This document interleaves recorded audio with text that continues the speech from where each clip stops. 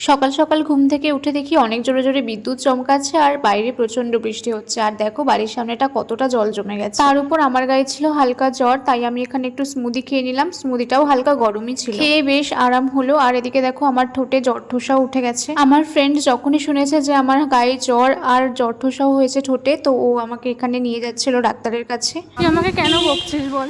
তোর শরীরটা খারাপ, তুই অফিস ছুটি নিয়েছিস, তো সেটা আমাকে আগে জানাবি। তোর সাথে কি আমি ডাক্তারের কাছে না করবো? আর একটা বড় কথা, তুই বলছিস যে অফিস ছুটি নিয়েছে, বিকালবেলা আমি ডাক্তার দেখাবো। তা বিকালবেলা ডাক্তার দেখাতে লাভ কি? তো সকালবেলার মধ্যে শরীর সুস্থ হয়ে যাবে না।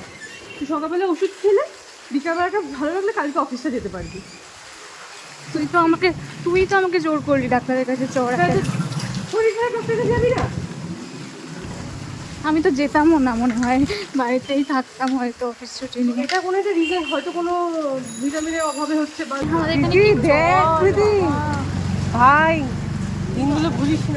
দেখেছো রাস্তায় কিরকম জল জমে গেছে? সকাল থেকে টানা বৃষ্টি হচ্ছিল, এখনই বৃষ্টিটা একটু থামলো। মাঝ রাস্তায় ওর সাইকেলের চেনও পড়ে গিয়েছিল, দেন একটা জায়গায় দাঁড়িয়ে সেটা ঠিক করে নিল। ফেরার পথে আমরা একটা সাইকেলের দোকানেও গিয়েছিলাম। এদিক ওদিক কাজে যেতে সাইকেলটা তো দরকার হয়, তাই না? তো ওই জন্য আমি বললাম যে একেবারে ঠিকই করে নে, এরপর তো কাজে লাগবে। দেন ডক্টর তো কিছু হোমিওপ্যাথি মেডিসিন দিয়েছিল, একটা দোকান থেকেও কিছু মেডিসিন নেওয়ার ছিল। এই মেডিসিন খেতে আমার একদম ভালো লাগে না। ডক্টর তো দেখিয়ে নিই, বাট ডক্টর দেখানোর পর যে মেডিসিন গুলো দেয় ওগুলো খেতে আমার একদম ভালো লাগে না। পরে মেডিসিন খাওয়ার শোকে আমরা এখন চলে এলাম মিয়া মোড়ে। সকালে তো আমরা দুজনেই সেরকম ভাবে কিছু খাইনি, আমি তো তাও স্মুদি খেয়েছিলাম, ও তো জাস্ট বিস্কিট খেয়েছিল। সকালে ফাস্টিং করে বিস্কিট খেয়ে তারপর এগুলো খেতে হচ্ছে, এটা কি কোনো ডায়েট তোমরা বলো? দেন আমি বাড়িতে এসে টানা অনেকক্ষণ ঘুমিয়ে নিয়েছিলাম, কারণ সেদিনকে আমার ঘুমও পাচ্ছিল প্রচন্ড, আর ওয়েদারটাও সকাল থেকে সেরকমই ছিল। যেহেতু সেদিনকে শরীরটাও ভালো ছিল না আর একটু উইকনেসও ছিল, তাই ঘুমিয়ে পড়েছিলাম অনেকক্ষণ। আর ঘুমটা হওয়ার পর একটু বেটার ফিল করছিলাম, বাট ঘুম থেকে উঠে দেখি বিকেল 4টে বাজে আর তখনও আমার লাঞ্চ স্নান কিছুই হয়নি। আর এখানে বোনের সাথে আমি কিছু একটা নিয়ে হাসাহাসি করছিলাম। আমরা দুজনে একসাথে থাকলে তো এইসবই হতে থাকে। ও